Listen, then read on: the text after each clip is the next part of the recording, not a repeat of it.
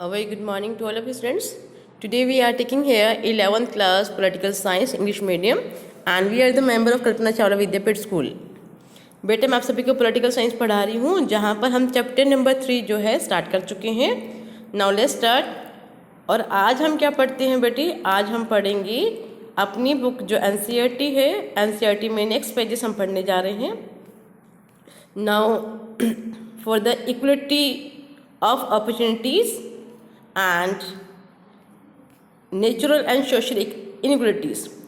तो बेटा आज पहला हमारा जो टॉपिक है अपना मीनिंग क्लियर करने के बाद इक्वलिटी का, तो उसके बाद हम स्टार्ट करते हैं इक्वलिटी ऑफ अपॉर्चुनिटीज़।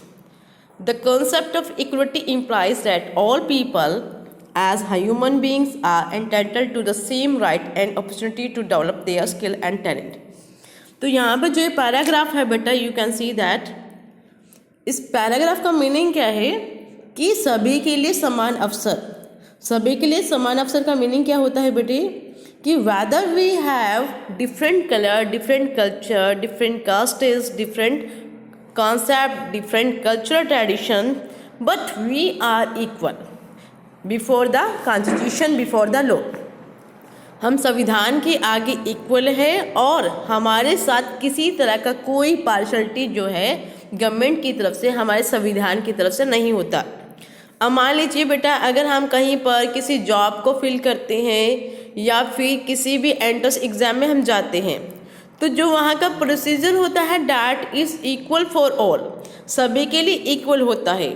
और साथ में ही जैसे मान लीजिए हम स्कूल में पढ़ रहे हैं और स्कूल में भी आपने देखा होता है कि टीचर किसी तरह की पार्शलिटी नहीं करते और जो उनका जो क्राइटेरिया होता है, जैसे बुक्स के माध्यम से पढ़ाना बच्चों को या फिर जो भी एक्स्ट्रा एक्टिविटीज़ होती हैं, वो सभी के सभी सब बच्चों के लिए समान होती है, ताकि हमारे बच्चे इक्वलिटी के बिहार पर सभी के अंदर क्या आ सके, इक्वल टैलेंट आ सके और स्किल का एनहांस हो सके। ठीक है, तो ये हमारा होता है बेटे इक्वलिटी ऑफ अपॉर्चुनिटीज़, यानी कि इसके बिना जो होता है हमारी लाइफ जो है आगे लीड नहीं कर सकती। And it is a very broad concept. To lead a peaceful life there is a need of equality of opportunities. तो यहाँ पर हमारे पास बेटा जो एक कंसेप्ट होता है ये बिल्कुल क्लियर होता है। ठीक है, और हमारे पास सेकेंडली एक चीज़ देखी भी जाए तो वो क्या है बेटी, कि अगर हम अपनी लाइफ में चाहे वकील बनना चाहते हैं, डॉक्टर बनना चाहते हैं, इंजीनियर बनना चाहते हैं, तो हमारे पास एक अवसर होता है कि हम अपनी मर्जी से अपने व्यवसाय को चुन सकें, अपनी अपॉर्चुनिटी को चुन सके बेटा। तो यहाँ पर संविधान हमें फोर्सेबली किसी को फॉरबिड नहीं कर सकता, मजबूर नहीं कर सकता कि one has to choose that path, one has to choose that work, कि हमें ये काम को करना है। तो हमें अपने अकॉर्डिंगली अपनी नीड को पूरा करना है और हमारे पास जो है संविधान के द्वारा इक्वल अपॉर्चुनिटीज़ दी जाती है, ताकि हमारे अंदर जितना भी टैलेंट है वो एनहांस हो सके, वो आगे बढ़ सके। क्लियर? तो उसके बाद बेटा जो आप ये पैसेज जो है मैंने समझा दिया है, उसके बाद आप इसके नोट्स बनाना शुरू कर देंगे घर पर। क्लियर? नेक्स्ट आता है बेटे natural and social inequalities. Natural and social inequalities क्या होती है बेटी? कि यानी कि जो हमें जन्मजात मिलती है। नेचुरल इक्वलिटी कौन सी होती है? जो हमें बाय बर्थ मिलती है। जैसे कि मान लीजिए हम हरियाणा की बेटा निवासी हैं और यहाँ पर हमें जो है जन्म से ही एक हरियाणा की मान्यता मिलती है। ठीक है, डोमिसाइल जो होता है हमारा हरियाणा का है बेटे। और इसमें क्या होता है बेटे कि जैसे हम कहीं पर भी रहते हैं, जो हमारा आसपास का जो परिवेश होता है, एटमॉस्फेयर होता है, that is equal to all, सभी के लिए इक्वल होता है। अगर हमारी सरकार कुछ भी काम करती है तो सभी के लिए पॉलिसीज बनाती है। मान लीजिए बेटा, अगर हमारी गवर्नमेंट ने अभी लास्ट ईयर आपने देखा था कोरोना के टाइम में लॉकडाउन लगाया था ना, only to save the people, जनता की जान बचाने के लिए। तो ऐसे हालात में बेटा जो पॉलिसी आती है एक नेचुरल में आ जाती है, यानी कि जो हमें एक उस एरिया में पर्टिकुलरली हमें मिल जाती है। और इसका फ़ायदा क्या होता है बेटे नेचुरल इक्वलिटीज़ का, कि इसके द्वारा जो है हमारे अंदर जो एक ब्रिंगअप करने की जो क्षमता होती है, आगे बढ़ने की क्षमता होती है, वो हमारी तेज़ी से बढ़ती है बेटा। क्लियर है बेटे? सेकेंडली यहाँ पर एक कंसेप्ट भी आती है बेटे सोशल इनइक्वलिटीज़। सोशल इनइक्वलिटीज़ क्या होती है बेटे?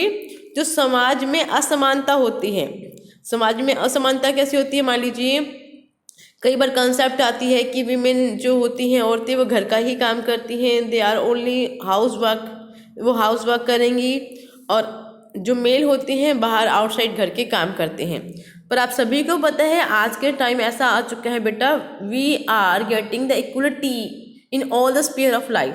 हम लाइफ के हर भाग में इक्वलिटी को गेट करते हैं, क्योंकि बेटा समाज ऐसा आ चुका है जहाँ पर हमें अपनी नीड को पूरे करने के लिए, फैमिली को जितनी भी आवश्यकताएं होती हैं उनको पूरा करने के लिए women have to survive the family. Women को भी सर्वाइव की आवश्यकता पड़ती है, और कई बार ऐसी सिचुएशन आ जाती है जहाँ पर किसी का हस्बैंड एक्सपायर होता है या none of the family member has a capacity to work.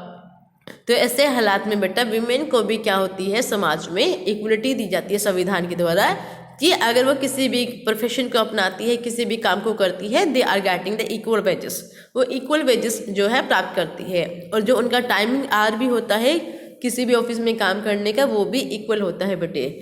क्योंकि हमारे समाज में बहुत पहले बेटे ये क्या शो करती थी, सोशल इनइक्वलिटीज़।